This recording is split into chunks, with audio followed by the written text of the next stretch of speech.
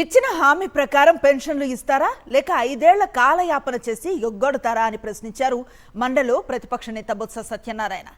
60 ఏళ్లు నిండిన అర్హులకు ఎప్పుడు పెన్షన్లు ఇస్తారో చెప్పాలన్నారు. అసలు ఎంతమంది అర్హులున్నారో ప్రభుత్వం వివరాలు ఉన్నాయా అని ప్రశ్నించారు. ఇచ్చిన హామీలు నెరవేర్చిన కూటమి నేతలు ఎంత నిజాయితీ పరులో ప్రజలే తేలుస్తారన్నారు బొత్స.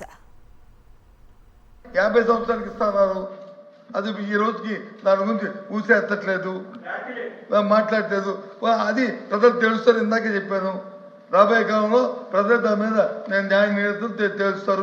మీరు ఎంతవరకు నిజాయితీ పరులో, మీరు ఎంతవరకు ఎంతగానో కదా మీరు నిజాయితీ ఏదో ప్రజలు నిర్ణయిస్తారు. కానీ సూటుగా అడుగుతున్నాను, ఏదైతే 19 కాలంలో ఎవరైతే అర్హులు ఉన్నారో, ఎవరైతే వృద్ధులు ఉన్నారో 60 సంవత్సరాలు నిండి వాళ్ళకి పెన్షన్ని ఎప్పటి నుంచి మీరు ఇస్తారు? ఎంతమంది ఆ సంఖ్య ఉంది? ఎంతమంది ఆ సంఖ్య మీద ఉందా? ఎవరైతే వితంతులు ఉన్నారో ఈ 19 కాలం 14 వీళ్ళకి ఇచ్చారు కాబట్టి, ఎవరికి 4 నెలల కింద స్పౌజ్కి స్టార్ట్ చేశారు మీరు ఇస్తామని. కానీ ఎవరైతే ఇంతమంది పెన్షన్ దాకా అరుగుతుండి వాళ్ళ భర్త చనిపోతే వాళ్ళకి ఎప్పటి నుంచి మీరు ఇస్తారు? అదేమైనా మీ డేట్ కటాఫ్ డేట్ ఉందా? లేదు 5 సంవత్సరాలు గడిపేస్తారా? పాప వాళ్ళు వీధులు పడిన దయచేసి మందిగానే కోరుతున్నాం చెప్పండి.